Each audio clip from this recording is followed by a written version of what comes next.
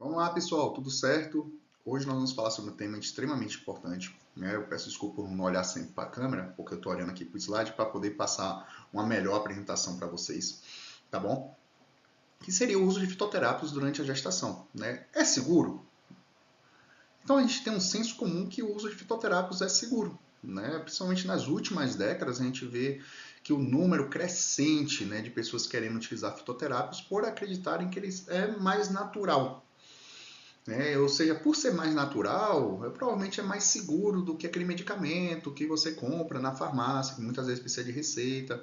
Então tem essa crença, né? Não vou utilizar um fitoterápico aqui, vai aliviar meu problema e não vai me trazer colateral. Será que é isso mesmo? Né? Será que não tem nenhum tipo de colateral? E a gente tem que entender isso, principalmente para um grupo de risco, que é da gestante. Essa ideia de trazer, inclusive, esse tópico veio da minha esposa, que está grávida, e aí surgiram algumas dúvidas. E eu fui atrás. Fui atrás da literatura científica, né, para justamente entender o que funciona, o que não funciona, o que é seguro, o que não é seguro. Porque a gente sabe que durante a gestação, a mulher passa por diversas mudanças. Inclusive, ali no primeiro trimestre, é muito comum a gente ver as mulheres tendo enjoos, né? Náuseas. E aí, para resolver isso, muitas vezes ela não quer recorrer ao medicamento, ela vai naquele fitoterápico, naquela parte natural, né? Vou para uma parte mais natural, porque isso aí não vai afetar meu feto, não vai afetar minha saúde. Mas será que é isso? Será que é isso mesmo? Vamos lá olhar. Bom, eu trouxe aqui esse estudo que ele mostrou basicamente o quê? A porcentagem, né, de mulheres gestantes que utilizam fitoterápicos durante a gravidez. Então a gente vê aqui que a gente tem um número considerável de mulheres, né? Bom, a gente consegue ver aqui, ó, na Austrália 43%, né? Na Itália 27%, na Áustria 37%, tá? A gente vai ver aqui na Suécia 4,3%, na Finlândia 8,7%. Ok, a gente tem uma variação grande, né? Mas imagina, esses países que chegam a atingir mais de 50%, a Rússia 69%, de utilização de fitoterápicos durante a gestação, será que realmente isso é seguro, né? E é bom a gente entender que esse uso vem de diversas formas. A gente viu aqui nesse estudo mesmo, por exemplo, que por iniciativa própria, né, as mulheres muitas vezes procuram o uso de fitoterápicos, ou então por famílias e amigos, pela internet. Então entendam, não vem muitas vezes da recomendação de um profissional, né, de um obstetra, por exemplo. Então, tô com dor de cabeça, vou tomar tal fitoterápico. Tô com ansiedade, por exemplo, vou tomar um chá de camomila. E assim, de forma até ingênua, né? Já que a gente não tem tanta informação sobre esse assunto, então fica mais nessa situação. Ah, fulano tomou, melhorou, fulano tomou, melhorou. Bom, pode dar ruim, tá? E por que pode dar ruim? Tá bom? Por conta dos riscos da automedicação com fitoterápicos, tá? O que a gente tem nos fitoterápicos? A gente tem uma falta de regulamentação. Diferentemente daqueles medicamentos que a gente encontra na farmácia, tá, que passam por rigorosos testes de eficácia e segurança, muitas vezes o medicamento ali para chegar na farmácia para a gente utilizar demora 15 anos, passa por diversos estudos, por diversas etapas. Os fitoterápicos não, tá? Então a gente não tem muito conhecimento, né, para saber os seus efeitos sobre a gravidez, sobre o desenvolvimento fetal. Então a gente vai ver na literatura, eu vou trazer alguns artigos, e a gente vai ver que a gente não tem muitas vezes aquela relação de dose segura, ou se é seguro realmente. E é muito difícil a gente fazer estudo para ver esse tipo de situação, porque imagina, como é que eu vou fazer um estudo, vou utilizar tal composto, né? E eu quero ver se vai ter aborto. Fica meio difícil, né? Vou chamar algumas gestantes aqui e aí vou fazer esse tipo de intervenção e quero ver se vai causar um aborto, uma malformação fetal. É antiético fazer esse tipo de situação, tá? E a gente tem que entender que os fitoterápicos, ele também contém substâncias ativas que eles podem atravessar a placenta e afetar o feto, tá? E esse afetar o feto, ele pode trazer um efeito teratogênico, que seriam as mutações, tá? ou a malformação, até um aborto espontâneo. Tal composto, né, que as mulheres gestantes conhecem muito é a cafeína. A cafeína tem esse efeito de atravessar a placenta e afetar o feto. Tanto é que é muito recomendado, né, que não se consuma cafeína durante o período de gestação. Embora algumas pessoas falem, não, pode uma xícara ou tal, a recomendação mais segura é que evite esse consumo de cafeína. Mas além da cafeína, existem outros compostos que podem fazer isso. Tá? E além disso, os fitoterápicos, eles podem inclusive interagir com medicamentos, tá? Convencionais. Aí pode potencializar seus efeitos colaterais ou diminuir sua eficácia. E muitas vezes a gente não sabe disso. Continuando aqui, eu vou começar a falar sobre alguns fitoterápicos que eu considerei mais comum. Na literatura científica, tá, a gente tem outros fitoterápicos. Eu trouxe aqui aqueles mais comuns, mais conhecidos, justamente também para não tornar uma conversa, né, uma aula muito extensa. Seria então, se eu trouxesse mais, era para fazer, por exemplo, um curso sobre isso. Tá? Mas a intenção aqui é mais conscientizar e trazer a importância desse assunto. O primeiro deles, o mais conhecido, é o gengibre. Toda gestante, praticamente, sabe que o gengibre é interessante para aliviar os sintomas de náusea e vômitos, principalmente no primeiro trimestre da gravidez, tá bom? É seguro? Bom, a gente tem até, o gengibre é o mais estudado na literatura para isso, né? A gente tem até uma certa segurança para utilizar ele em doses moderadas, tá bom? Até ali 1 grama por dia, a gente vai ver um estudo ali que mostrou que 1,5 grama por dia, tá? É considerado seguro e até recomendado pela OMS como uma intervenção alternativa a náuseas e vômitos, tá? Isso não quer dizer que não existam medicamentos que podem ser utilizados para isso. Por isso que é interessante a consulta com o profissional, tá? Mas o gengibre ele tem uma certa segurança sim para ser utilizado, tá bom? Só que a gente tem que ter algumas precauções, né? Porque doses elevadas eles podem aumentar o risco de sangramento. E aí, isso aí pode gerar um aborto espontâneo, por exemplo, tá? E aí eu pergunto para vocês, o que é essa dose elevada? Não sabemos. Não sabemos. A gente sabe que ali 1 grama, 1,5 grama por dia, dividido ali em 4 doses por dia, mais ou menos, não gerou efeito negativo. Mas a gente não sabe qual é a dose limite segura. Por isso que a gente tem que ter algumas precauções com relação a isso. Tá? As propriedades do gengibre, né? A gente tem algumas propriedades bem interessantes, que ele é antiemético, então por conta disso ele vai aliviar os sintomas de náuseas e vômitos. Ele tem propriedades anti-inflamatórias, tá? Ele tem uma determinada segurança, ele tem um efeito estimulante, né? Energizante. Né? Algumas pessoas, inclusive, utilizam o gengibre como pré-treino, ali, junto com outros compostos. Então, o gengibre realmente ele tem efeitos interessantes para o nosso organismo. Tá? Então, o que a gente tem na literatura científica? Eu trouxe aqui 3 artigos base. Né? Bom, esse aqui, que é o mais atual, tá? Ele trouxe a seguinte informação. Com base nas evidências dessa revisão sistemática, o gengibre pode ser considerado uma opção alternativa inofensiva e possivelmente eficaz para mulheres que sofrem com sintomas de náuseas e vômitos durante a gravidez. Parece que uma dose diária menor dividida em 1.500 mg de gengibre é benéfica para o alívio da náusea. O gengibre não apresentou risco de efeitos colaterais ou eventos adversos durante a gravidez. Ótimo, tá? Por isso que a gente tem aqui uma determinada segurança com o seu uso. Né? Tudo começou, na verdade, com esse primeiro estudo aqui, que ele avaliou a questão de 1 grama por dia, tá? Que deu positivo. Entretanto, esse outro artigo científico aqui, que é até anterior, ele trouxe uma informação que doses elevadas de gengibre podem causar, por exemplo, um aborto espontâneo. Mas ele não trouxe qual é essa dose elevada. Ele só falou assim, ó, cuidado, dose elevada de gengibre, do uso de gengibre em gestantes, pode levar ao aborto. Então, ao risco de sangramento. Então, a gente não tem essa ideia do que são doses elevadas. Entretanto, o gengibre, ele é, nessas doses menores, considerado seguro. Tá bom? Vamos para o próximo. Alho. O próprio alho. Né? Será que o alho é benéfico? Será que eu posso comer alho, né, colocar na minha comida durante a gestação? Bom,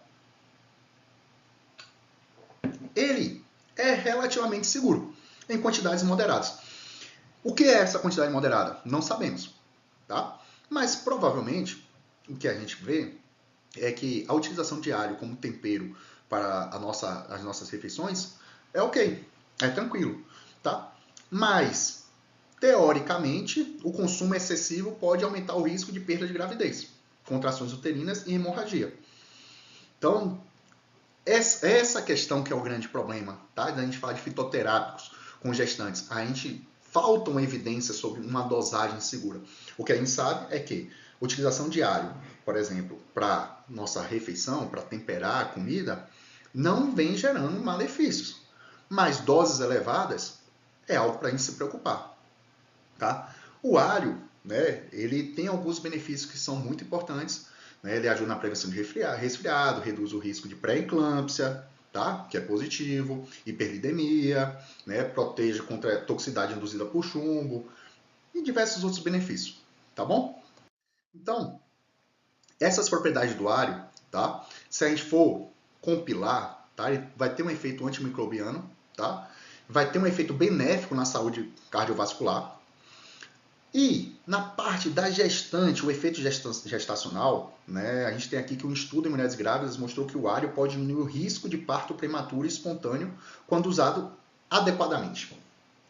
Então eu peço que vocês tenham atenção com relação a isso. O alho é benéfico para a gestante? Sim, tá? Quando utilizado de forma moderada. Tá ok? Então eu trouxe aqui, por que utilizar de forma moderada? Tá? Esse artigo aqui, ele trouxe a seguinte informação, que eu compilei aqui, tá? Em estudos clínicos e em animais, em doses inferiores a 1 grama, não foram observadas complicações.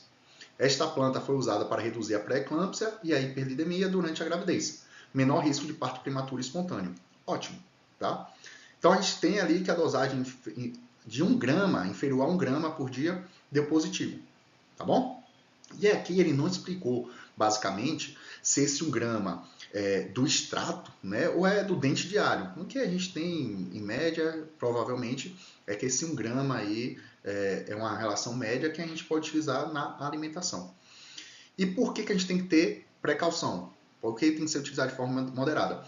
Porque nesse guia aqui, tá, é um livro, ele traz a seguinte informação. Ó, o consumo excessivo de alho pode aumentar a ameaça de perda da gravidez. Tá bom?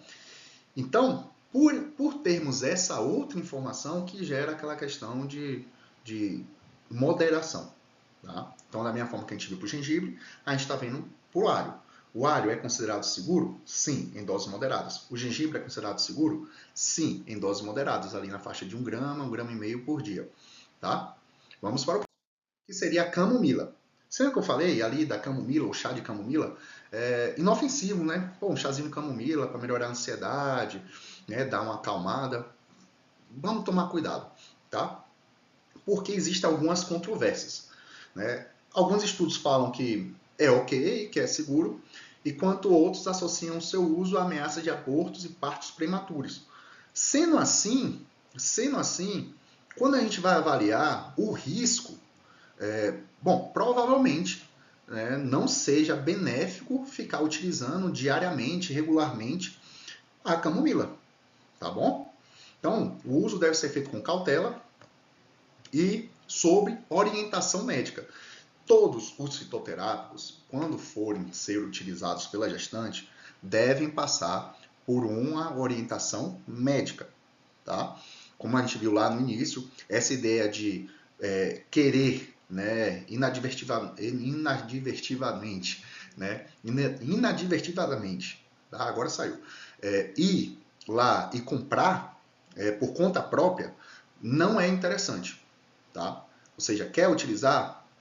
Liga para o médico, vai na consulta e verifica se realmente é viável ou não, se é seguro ou não, para evitar algum transtorno futuro, tá? Ou algum desfecho clínico que não seja interessante. Então, a camomila ela tem diversas propriedades muito boas, né? Ela tem compostos bioativos, né? Ela tem efeitos terapêuticos, elas podem, né? Por conta disso, ela pode influenciar a contração uterina, o que explica a necessidade de cautela durante a gestação. Então, embora ela tenha um efeito ansiolítico, de outros compostos, elas podem influenciar nas contrações uterinas. Então, dessa forma, se você utilizar uma quantidade elevada de camomila, essas contrações uterinas excessivas, elas podem levar a um aborto espontâneo. A gente tem que tomar cuidado. Tá? Aqui na literatura científica mesmo, eu trouxe essa revisão, né? E ela traz o seguinte informação: a camomila ela é considerada segura pela FDA, sem efeitos adversos conhecidos na gravidez, lactação ou infância. Não causou reações adversas nos ensaios em humanos discutidos anteriormente. Embora os efeitos terapêuticos da segurança da camomila ainda não tenham sido definitivamente comprovados em ensaios em humanos, tá? Seus efeitos benéficos observados em animais e seu bom histórico de segurança no uso tradicional generalizado por humanos se tornam um remédio caseiro aceitável para aliviar irritações leves na pele, cólicas intestinais ou nervosismo. Ok, ele trouxe isso aí, tá? Vamos entender essa questão assim, ó. Segurança da camomila ainda não tenha sido definitivamente comprovada. Por quê? Porque, ó, teve um estudo com 392 italianas gestantes. E o que eles viram? Os autores observaram, dessas 32 italianas gestantes, que elas preencheram um questionário, elas foram acompanhadas. Então, o que aconteceu? Eles verificaram que 21,6% das usuárias é um número extremamente alto. Tá bom? É um número extremamente alto. Usuárias regulares de camomila durante a gravidez apresentaram maior frequência de ameaças de aborto. Foi o que a gente viu, aumenta a contração uterina. Se um fitoterápico ele tem esse efeito de aumentar a contração uterina, consequentemente, ele pode ser perigoso para uma gestante. Tá? E partos prematuros em comparação com as não usuárias. Além disso, em 2 recém-nascidos, após o consumo materno regular de camomila, foram diagnosticados uma malformação cardíaca, presumivelmente relacionada à síndrome de Down, e um rim aumentado. Então, houve uma má formação. Né? Então, a gente tem que tomar muito cuidado com a camomila. Parece inofensivo, mas será que é? Tá? Então, esse livro aqui é um outro guia, né, de plantas medicinais. Ele traz a informação que, como a camomila é um fármaco ocitóxico, né, ou seja, estimulante de contração uterina, deve-se ter cuidado. Portanto, em períodos sensíveis durante a gravidez. É justamente o que a gente viu. A propriedade da camomila, uma das suas propriedades, né, um dos seus efeitos, justamente é aumentar a contração uterina. Então, vale a pena correr esse risco? Então, eu particularmente, né, por exemplo, com a minha esposa, eu não correria esse risco. Acho que não vale a pena. Mas, mais uma vez, procura a orientação de um profissional. Beleza? Ginkgo biloba. É mesmo, a ginkgo biloba também está nesse processo, tá? Bom, a ginkgo biloba, ela especificamente não é recomendada durante a gravidez. Ela não tem segurança para ser utilizada na gravidez devido ao aumento do risco de sangramento, tá bom?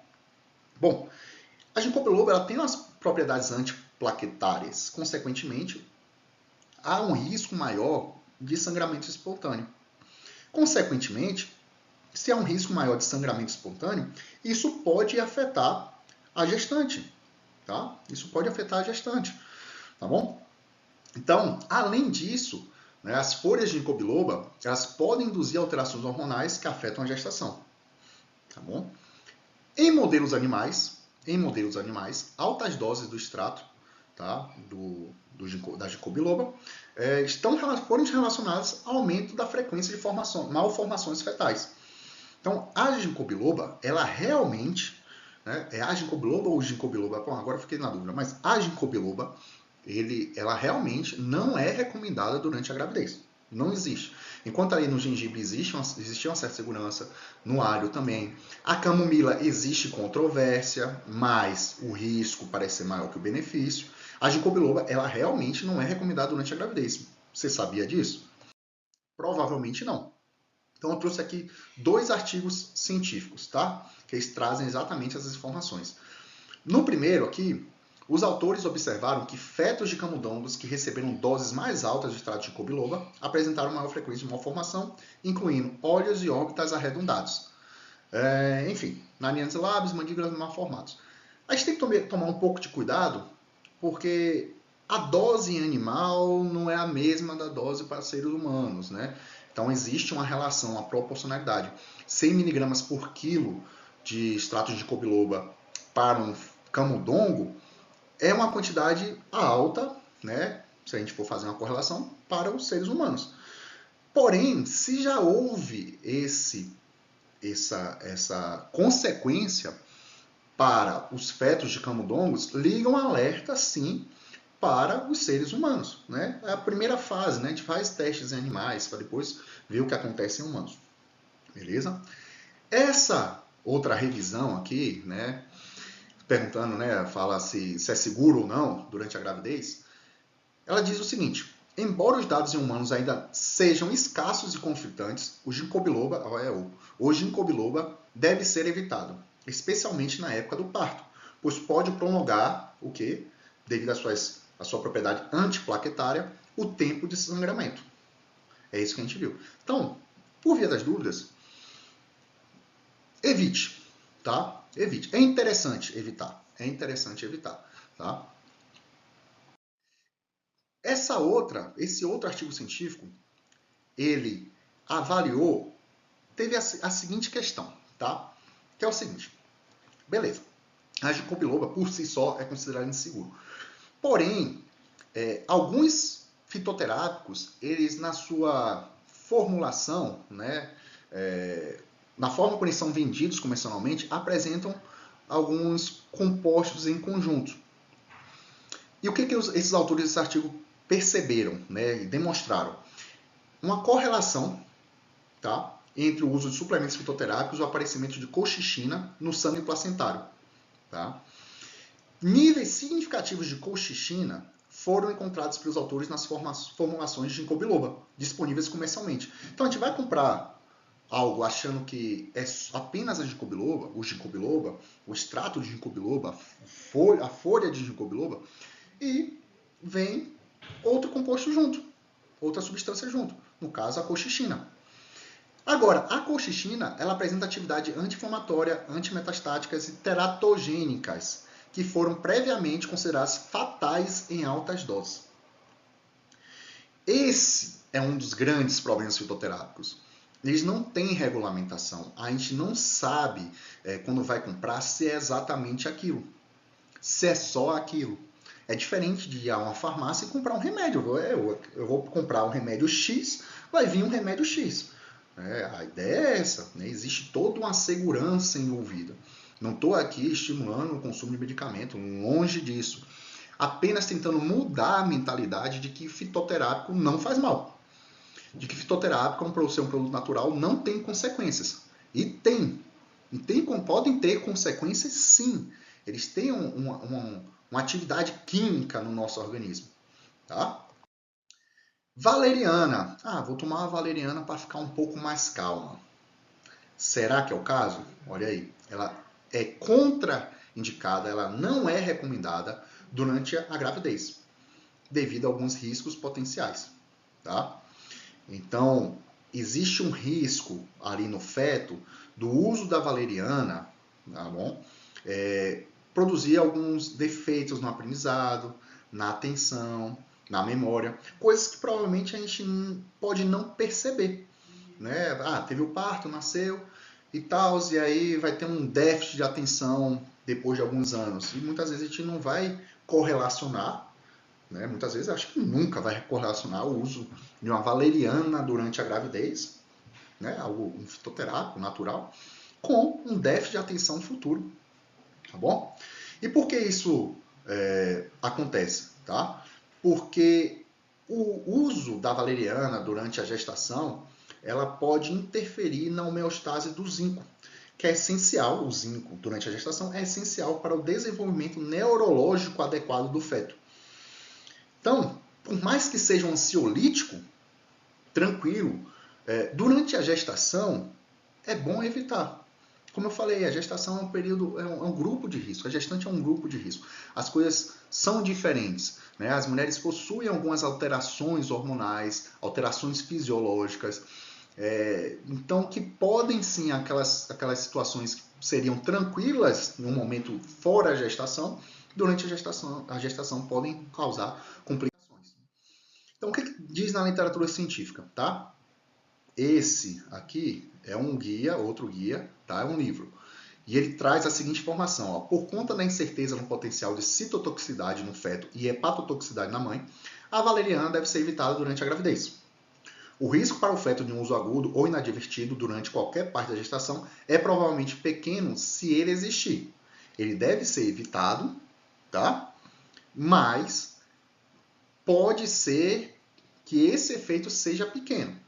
É aquilo que eu falo. A gente não tem alguns estudos, a gente não tem os estudos mostrando exatamente a eficácia e segurança.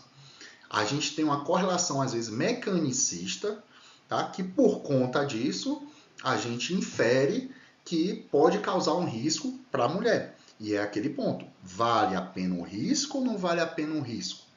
Tá? Esse outro estudo aqui, ele vai explicar justamente aquela questão da homeostase do zinco. Devido à redução significativa dos níveis de zinco no cérebro fetal, tá?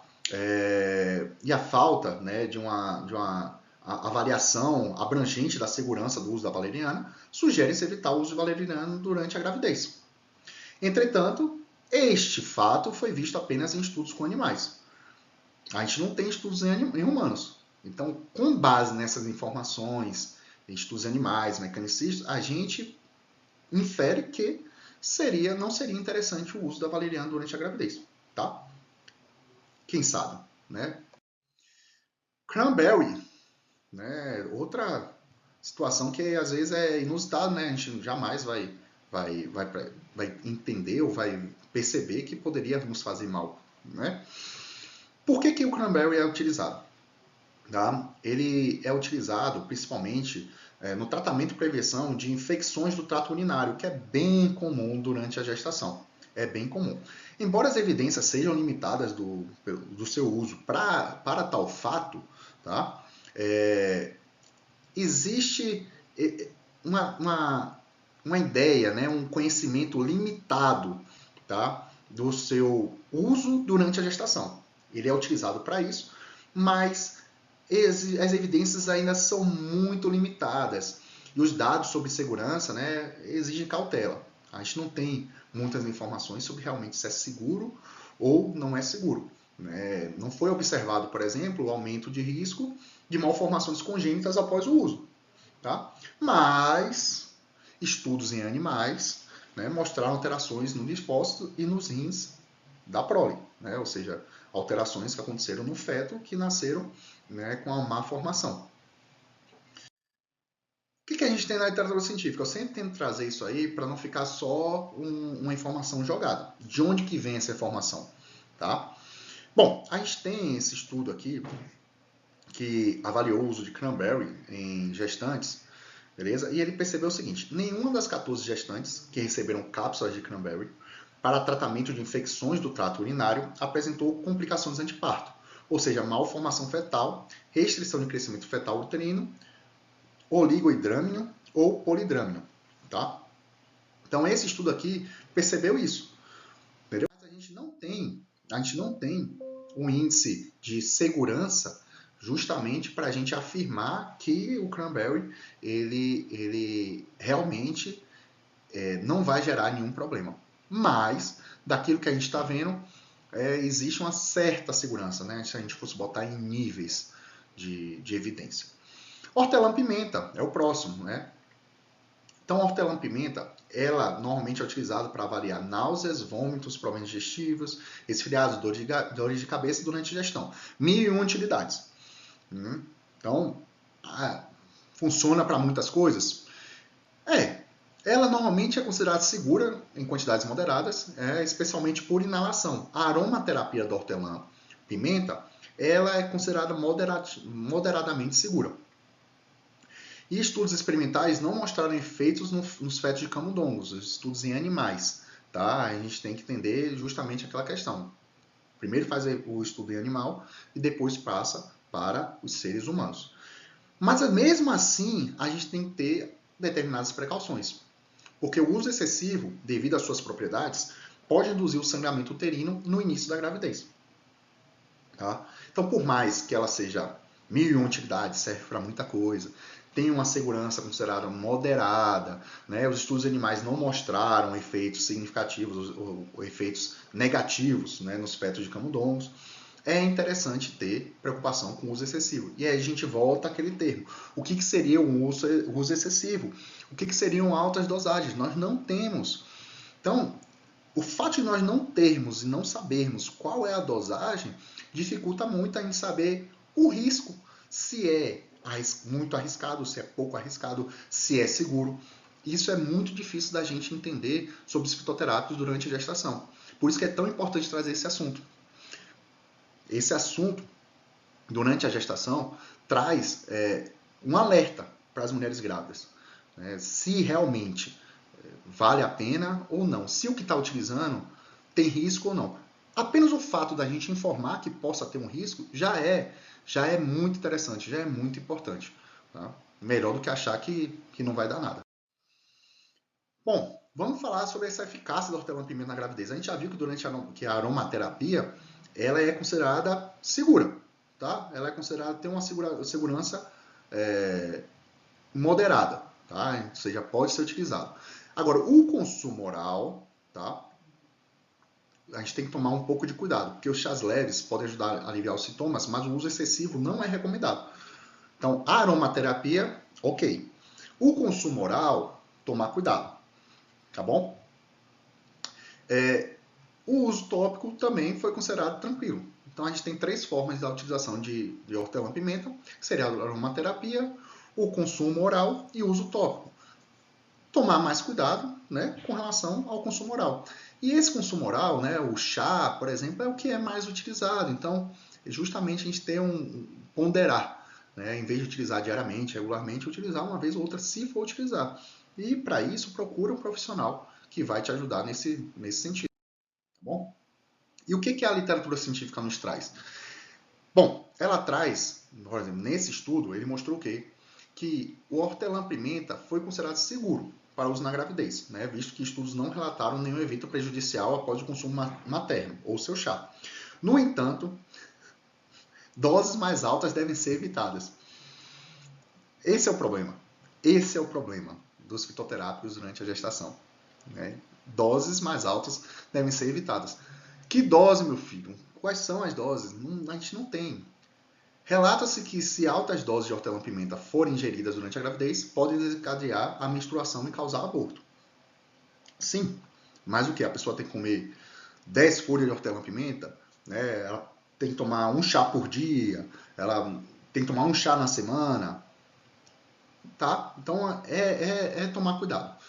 A gente entra naquele ponto de tomar cuidado. A canela não é um fitoterápico, mas eu quis trazer mesmo assim porque gera muita dúvida, né? Muitas mulheres têm o receio de comer, né, de colocar canela na sua comida, justamente por considerar que tem um risco de aborto. Bom, vamos entender um pouco, né? Classificação de risco. A canela é listada como uma das plantas medicinais que devem ser evitadas durante a gravidez, devido ao seu potencial abortivo, conforme indicado em estudos científicos. Tá? Por que existe esse risco de canela? Porque existe uma substância, um componente presente na canela que é anticoagulante. E esse consumo em grande quantidade pode causar problemas renais em gestantes. Além disso, além de causar esses problemas renais, ele pode, inclusive, segundo alguns estudos científicos, ser abortivo. O que acontecia antigamente, no passado, né, na antiguidade, a canela era utilizada para abortar. Era um componente, uma substância utilizada para aborto. Então, de lá para cá, né, veio essa noção de que a canela é abortiva. Tá bom? Então, como recomendação, é prudente que gestantes evitem o uso da canela em quantidades elevadas. Mais uma vez, o que é quantidade elevada? Tanto na forma de canela em si, como óleos, enfim, tá? Agora, o uso moderado, né, ele pode ser seguro para a maioria das mulheres. O que é esse uso moderado? Bom, a gente não tem essa informação. Mas, lendo os estudos, o que a gente percebe é que se for utilizado no preparo da comida, né, de uma forma moderada, né, é tranquilo. Então, vou dar um exemplo. Foi lá na cafeteria, tomou lá um cappuccino, pediu um cappuccino, o cappuccino veio com canela. Meu Deus, vou morrer. Não. Não é nesse caso, tá bom? Não é nesse caso. Então, o que não pode é o consumo frequente e em quantidades altas da canela. Isso aí é recomendado que seja evitado, tá bom? Quais são os riscos da canela durante a gestação, né? A Agência Europeia de Medicamentos, né, ela destaca que produtos contendo cinnamon cortex não devem ser usados durante a gravidez e lactação, devido à falta de dados suficientes para uma avaliação adequada do risco, tá bom? Então, se for utilizar a canela, procure orientação médica. Na verdade, vocês já entenderam que se for utilizar qualquer fitoterápico, enfim, deve ser buscado orientação médica. Tire a dúvida. Não vá no Wikipédia, não coloque no Google, não é isso. Né? Vá num profissional da área que tem um conhecimento, que conhece a sua gestação, inclusive, para saber qual é o risco que tem na sua gestação, se tem algum risco, que conhece o seu organismo de forma geral, por base nos exames. Então, justamente para saber o que pode utilizar e o que não pode utilizar. É isso, é não fazer as coisas apenas por vontade própria. Porque a minha avó utilizou e não deu problema. Você sabe se não deu problema? Você não sabe se... Beleza, nasceu o filho. Não sabe se anos depois ele teve alguma dificuldade por conta do uso de determinado fitoterápico durante a gestação. Não tem como saber. Tá? Não é porque fulano utilizou e não deu nada, minha avó utilizou e não deu nada, que não vai dar nada para todo mundo. São organismos diferentes, são situações diferentes. A gente tem que tomar muito cuidado com essas comparações. Então, o que a literatura científica traz? Tá? Esse artigo aqui, esse primeiro de cima, ele mostra que em relação à gravidez e à lactação, a segurança da cassia e da canela em níveis terapêuticos permanece desconhecida. A gente não tem evidência para saber qual é a dosagem adequada. Mas elas são consideradas seguras quando ingeridas nas quantidades geralmente encontradas nos alimentos. Pronto. Ok. Tá? Ok. Sem terrorismo. Tá? A gente vai evitar o consumo excessivo. Ficar colocando, vai tomar 10 cafés no dia, vai botar canela nos 10 cafés.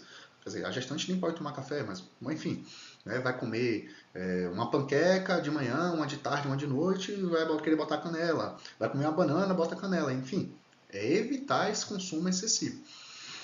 Esse segundo aqui, ele diz que foi relatado que uma grande quantidade de canela não especificada causou metemoglobinemia, tá? Hematúria, albinúria e cilindúria em mulheres grávidas. Tá? Não houve relatos de aborto. A ingestão diária de 100 gotas da tintura de canela não especificada não resultou em aborto. Não quer dizer que por não ter causado em aborto que não tem esse efeito, que é seguro, tá? Que nem ele falou aqui, ó. A relação, o seu nível permanece, o nível terapêutico permanece desconhecido.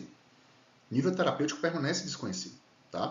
Então é interessante, né? Se eu trouxer um quadro resumo aqui dos fitoterápicos, tá? A gente tem o gengibre, geralmente seguros em doses moderadas, mas mesmo assim é interessante consultar um médico antes do uso. O alho, seguro como tempero na alimentação. Evitar suplementos sem orientação médica. A camomila, os estudos são controversos, então a gente tem que ter cautela, tá? Evitar o seu uso regular e prolongado, ou seja, não vá tomar todo dia um chazinho de camomila, desculpa, falei canela, é camomila, não vá tomar todo dia um chá de camomila para dormir melhor, porque pode ser que isso possa ter efeitos significativos na sua saúde e na saúde do feto. Ginkgo biloba, ele não é seguro, é contraindicado. Valeriana, não seguro, contraindicado. A cranberry, né, possivelmente seguro, mas é aquilo, vai utilizar a cranberry para infecção do trato urinário, mas ele tem evidência limitada para isso. Então, vai utilizar mesmo o cranberry? Não é melhor consultar um médico para pedir um medicamento para isso? Né? Então, é aquela relação, né? O risco-benefício. A gente tem que também tratar dessa situação, entender a situação. A hortelã-pimenta, geralmente segura em aromaterapia, é aquela questão de evitar, né, da sua segurança, principalmente no consumo oral, em chás. E a canela, não recomendado em doses terapêuticas, né, o seu uso, né, a gente viu que a canela, se ela for utilizada ali no preparo dos alimentos, é considerado ok, né? Mas utilizar a canela em doses mais altas pode sim ser um problema durante a gestação.